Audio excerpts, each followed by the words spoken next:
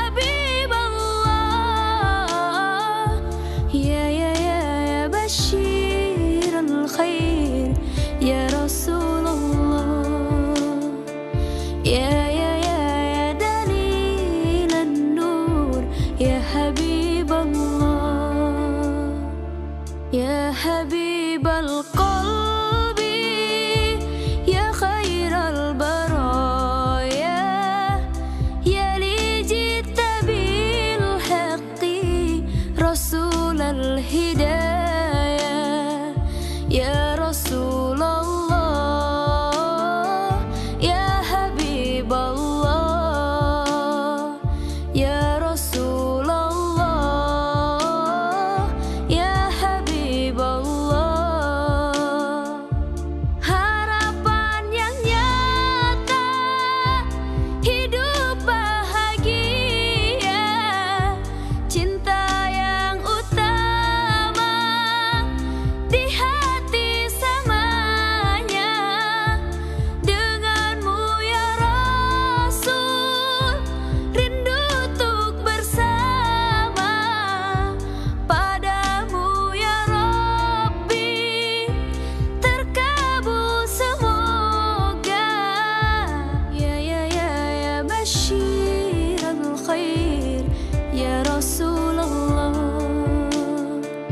ya Dalil. Nah, anak-anak yang Bu Guru banggakan, dari beberapa contoh gambar tadi, tentunya kalian sudah bisa memahami tentang perubahan sosial budaya, bukan?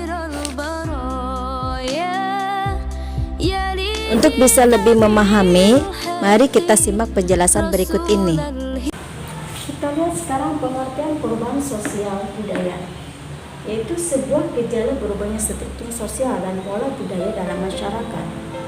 Kalau dilihat dari bentuk perubahan sosial budaya, bentuk perubahan sosial budaya ini terbagi menurut: yang pertama dilihat dari waktunya, yaitu yang dikatakan revolusi dan evolusi. Dilihat dari pengaruhnya, besar dan kecil. Sedangkan dilihat dari perencanaannya, direncanakan dan tidak direncanakan. Perubahan dilihat dari waktunya terbagi menjadi 2, yaitu perubahan sosial cepat atau dengan istilah revolusi, dan perubahan sosial lambat atau dengan istilah evolusi. Revolusi merupakan perubahan sosial yang berlangsung dalam waktu yang cepat dan pengaruhnya sangat mendasar dalam kehidupan masyarakat. Sebagai contoh yaitu revolusi industri. Nah, perubahan besar apa saja yang terjadi sebagai akibat dari revolusi industri? Perubahan besar yang terjadi yaitu perubahan yang terjadi di bidang pertanian, misalnya manufaktur, pertambangan, transportasi, dan teknologi. Berikutnya yaitu evolusi atau kita kenal dengan istilah perubahan sosial lambat. Nah, evolusi merupakan perubahan sosial yang memerlukan waktu yang sangat lama dan biasanya diikuti oleh rentetan perubahan kecil yang terjadi secara lambat. Dengan kata lain, evolusi juga terjadi dengan sendirinya, tanpa suatu rencana atau suatu kehendak tertentu. Nah, perubahan ini terjadi karena masyarakat berusaha menyesuaikan diri dengan keadaan dan kondisi yang baru, sejalan dengan pertumbuhan masyarakat.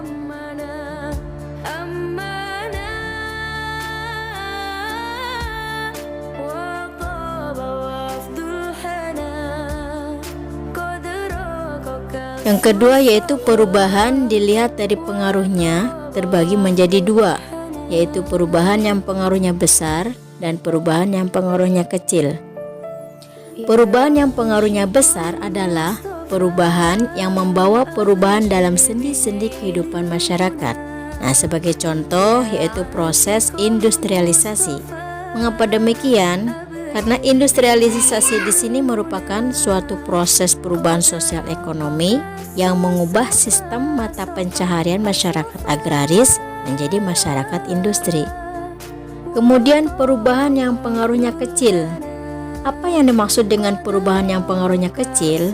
Yaitu perubahan yang pengaruhnya tidak membawa perubahan pada unsur struktur sosial masyarakat. Artinya, perubahan tersebut hanya dianut oleh sebagian kecil orang yang menyukainya saja. Nah, sehingga perubahan ini tidak membawa pengaruh berarti bagi sebagian besar masyarakat. Sebagai contoh, perubahan mode pakaian, mode rambut, dan lain sebagainya. Selanjutnya perubahan yang ketiga. Perubahan dilihat dari perencanaannya terbagi menjadi dua, yaitu perubahan yang direncanakan dan perubahan yang tidak direncanakan. Maksudnya apa? Maksud perubahan yang direncanakan artinya perubahan sosial yang memang direncanakan oleh pihak-pihak yang menghendaki perubahan. Nah, sebagai contohnya yaitu masalah pembangunan, baik di sini pembangunan gedung-gedung maupun pembangunan jalan. Selain itu, contoh lain misalnya penerapan teknologi dalam kegiatan pendidikan.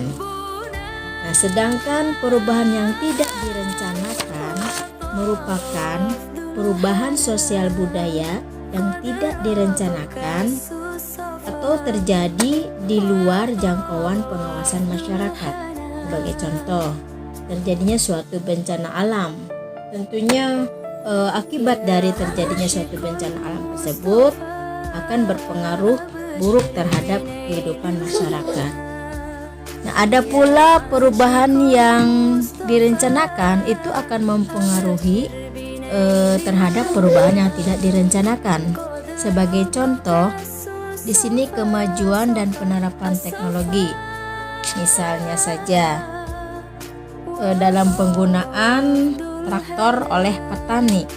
Ini sangat menguntungkan bagi petani itu sendiri.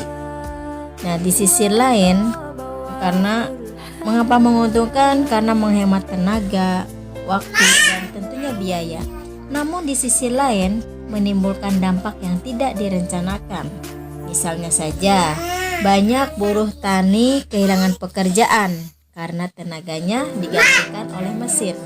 Nah, selain itu juga dampak lainnya adalah memudarnya nilai kegotong royongan warga masyarakat dalam mengerjakan lahan pertanian. Ibu harapkan kalian bisa memahaminya. Sebelum kita akhiri pertemuan kita kali ini, alangkah baiknya kita simpulkan materi kita ini.